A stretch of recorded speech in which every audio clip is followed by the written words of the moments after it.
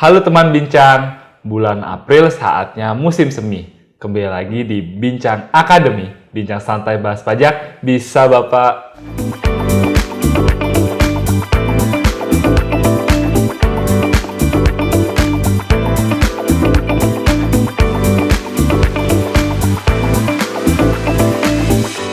Nah, teman bincang sekalian, memasuki musim pelaporan SPT tahunan PPh Badan, yang mana masih ada sisa waktu nih, kurang lebih 1 bulan untuk wajib pajak menyampaikan SPT-nya, ada baiknya kita mereview ulang nih beberapa biaya yang dapat dikurangkan dalam menghitung penghasilan kena pajak.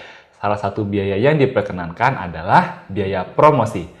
Nah, untuk membahas lebih lanjut biaya promosi dan bagaimana caranya agar dapat diperkurangkan dalam menghitung penghasilan kena pajak, nah telah hadir bersama kita Kak Wulan Clara selaku Assistant Manager of DDTC Consulting. Hai Kak Wulan. Halo Ica. Hai Kak, apa kabar nih? Baik, alhamdulillah. Sedang sibuk apa nih Kak di kantor? Ya, macam-macam ya, lagi ada banyak sidang juga, terus keberatan, ya ada advisory juga ya Oke, gitu. oke. Dan aku dengar nih Kak Wulan juga salah satunya sering menangani dispute terkait sengketa biaya promosi ya Kak ya? Ya, betul. Nah, boleh dijelasin nggak Kak ke teman bincang bagaimana perspektif pajak melihat suatu biaya promosi? Apa itu biaya promosi? Oke, jadi kalau untuk biaya promosi sendiri, ini kita sekarang kan untuk aturan yang berlaku ya, itu kan kita menggunakan Undang-Undang HPP. Sebenarnya sih nggak banyak berubah ya dari Undang-Undang PPh nomor 36 tahun 2008.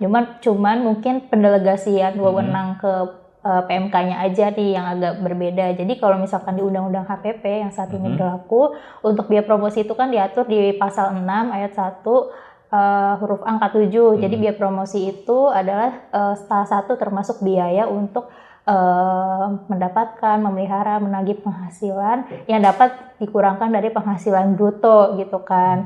Nah, kemudian di pasal 32C Undang-Undang PPh itu terkait biaya promosi diatur nih, didelegasikan wewenang aturannya ke PP 55 tahun 2022 gitu. Nah, kalau misalkan kita lihat nih di pasal 18-nya diatur bahwa biaya promosi itu adalah biaya yang dikeluarkan untuk memperkenalkan suatu produk atau menganjurkan pemakaian suatu produk. Tujuannya untuk apa? Tujuannya untuk mempertahankan produk itu dan untuk meningkatkan penjualan gitu kan, untuk mencari keuntungan dari si perusahaan gitu. Nah, di pasal 18 ayat 3 PP 55 tahun 2022 itu diatur untuk aturan lebih lanjut mengenai biaya promosi yang dapat dikurangkan dari penghasilan bruto diatur oleh peraturan menteri. Nah, tapi kalau untuk peraturan menteri ini kan memang belum ada ya terbit yang baru. Jadi kita masih nih pakai peraturan Menteri Keuangan yang lama, PMK 2 tahun 2010. Nah, sampai saat ini PMK 2 tahun 2010 itu belum dicabut. Jadi masih berlaku gitu. Nah, di PMK 2 tahun 2010 itu diatur lagi nih mengenai definisi biaya promosi, itu sama aja ya kayak yang di PP 55. Jadi tujuannya untuk meningkatkan penjualan, untuk mempertahankan penjualan kayak gitu kan. Terus kemudian ada cakupan biaya promosi itu tuh apa aja sih gitu yang termasuk, yaitu biaya periklanan untuk media elektron yang biaya periklanan untuk media elektronik, terus media cetak, kemudian biaya pengenalan produk, biaya pameran, dan juga biaya sponsorship. Seperti itu Icat kalau misalkan untuk pengertian biaya promosi ya, kayak gitu. Jadi wajib pajak ini perlu mengecek kembali ya Kak ya, bagaimana perspektif atau aspek pajak ini melihat suatu definisi biaya promosi begitu. Iya, betul. Kalau saya lihat Kak di penjelasan pasal 6-nya itu dibilang kalau biaya promosi itu jangan sampai dianggap sebagai biaya sumbangan. Itu maksudnya gimana sih Kak? Iya, kalau kita lihat di penjelasan pasal 6 Undang-Undang HPP ya, itu kan dibilangin tuh, diatur bahwa biaya promosi itu harus dibedakan antara biaya promosi dengan biaya sumbangan. Nah, yang benar-benar biaya promosi itu dapat dikurangkan dari penghasilan bruto gitu kan.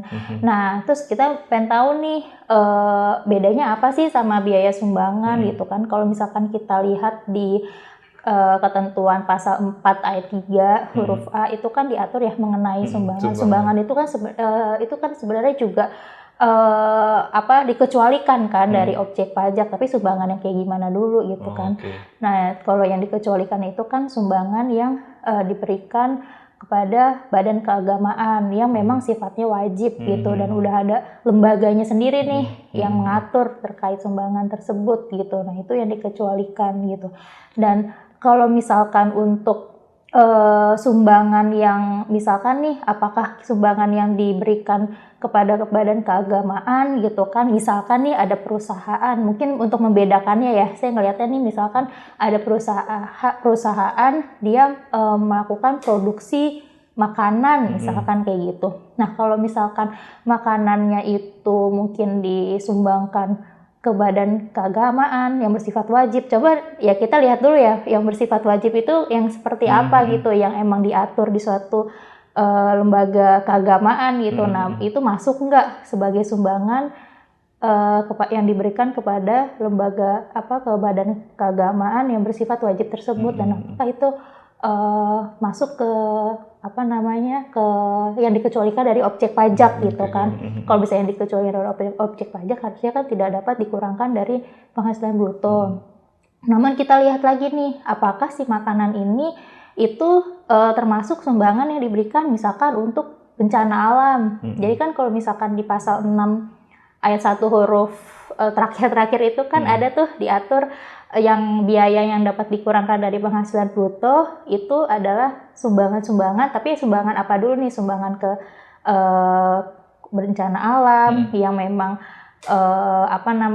diatur di PP ya, misalkan memang kayak misalkan tsunami atau gempa bumi kayak gitu. Terus sumbangan kepada lembaga pendidikan, terus olahraga, dan yang lain-lain yang diatur di pasal 6 itu, sepanjang emang masuk ke kriteria tersebut, misalkan makanan yang kita berikan gitu, itu sih harusnya termasuk sumbangan yang bisa dikurangkan dari penghasilan bruto. Jadi kita lihat dulu sih tujuan dari sumbangan ini apa. Tapi kalau misalkan kita memberikan sampel produksi makanan ke misalkan ke sekolah-sekolah gitu kan, dan itu juga nggak diatur nih, misalkan yang di pasal 6 sebagai sumbangan yang bisa dikurangkan dari penghasilan bruto, dan juga itu bukan sumbangan keagamaan juga gitu kan. Nah, terus sekolah-sekolah itu kan tujuannya untuk pengenalan produk. Betul, mungkin nanti biar anak-anak beli makanan itu segala macem. Nah, kalau misalkan kita lihat dari pengertian biaya promosi itu adalah sebagai pengenalan produk, menganjurkan untuk pemakaian gitu kan. Terus ada ya kita tujuannya juga buat meningkatkan penjualan kita kasih sampel lah tuh makanan yang kita produksi ke anak-anak di sekolah. Itu sih harusnya masuk ke biaya promosi ya. Gitu. Jadi ya kita lihat dari tujuannya dulu nih, bentukan biaya promosi itu bentukan pemberian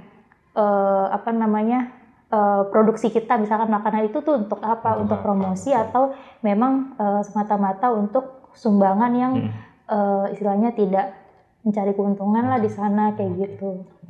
Tapi Kak, untuk suatu biaya promosi dapat dikurangkan ini apakah bersifat otomatis atau terdapat syarat administrasinya gitu Kak?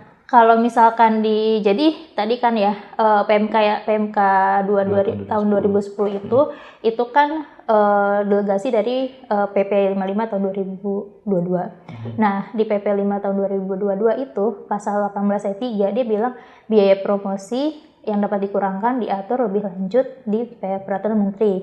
Kemudian tadi kan sudah disampaikan di PMK 2 tahun 2010 itu mengenai pengertian biaya promosi. Terus apa aja sih bentuk biaya promosi gitu kan, yang ada 4 tadi. Nah, di pasal 6-nya itu diatur tuh. Jadi wajib pajak itu yang melakukan pengeluaran biaya promosi dia wajib melampirkan daftar nominatif di SPT PPh badannya. Jadi kita wajib nih membuat si daftar nominatif tersebut gitu kan.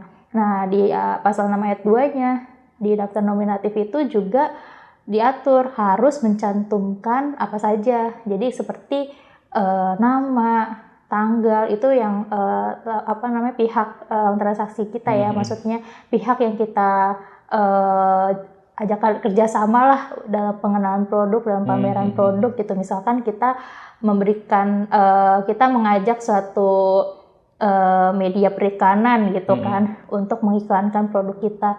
Ya nanti ya di daftar nominatif itu yang dicantum ya nama si penyedia jasanya, tanggal, NPWP, terus bentuk biayanya apa, misal biaya mengiklankan produk di televisi atau apa gitu. Terus jumlah biaya yang dikeluarkan, kemudian kalau misalkan memang itu adalah objek foto pungut, ya kita masukin juga daftar bukti potongnya, nomornya berapa, kemudian PPh yang terutangnya berapa. Nah itu harus diisi secara lengkap dan benar juga gitu, dan itu dilampirkan. Kemudian di pasal 6 ayat 4-nya dibilang kalau misalkan kita tidak membuat daftar nominatif, tidak melampirkannya di SPT, PPh atau badan tahun pajak bersangkutan, nah itu biaya promosinya tidak dapat dikurangkan dari penghasilan bruto gitu. Jadi ya selain harus secara substansi harus memenuhi pengertian biaya promosi, dan secara administratifnya pun kita harus lengkap gitu, harus memenuhi gitu agar si biaya promosi tadi dapat dikurangkan dari penghasilan bruto gitu sih. Jadi berarti daftar nominatif ini suatu daftar sebagai bahan bukti bahwa perusahaan atau wajib pajak ini memberikan suatu biaya promosi begitu ya Kak ya. Dan itu sifatnya adalah untuk menjelaskan siapa penerimanya, siapa yang memberikan, atau pihak ketiga pendukung pemberian biaya promosinya begitu. Atau apa aja sih Kak isinya? Kalau isinya itu ya tadi ya, kalau misalkan kita menggunakan pihak lain gitu, misalkan kita menggunakan jasa media elektronik gitu kan. Nah, untuk mengiklankan barang kita nih yang mau kita promosikan gitu di televisi misalkan. Nah, itu nanti yang kita isi di daftar nominatifnya ya si nama, tanggal, NPWP, si penyedia jasanya, kemudian biaya yang digunakan itu terkait apa, misalkan terkait iklan gitu kan.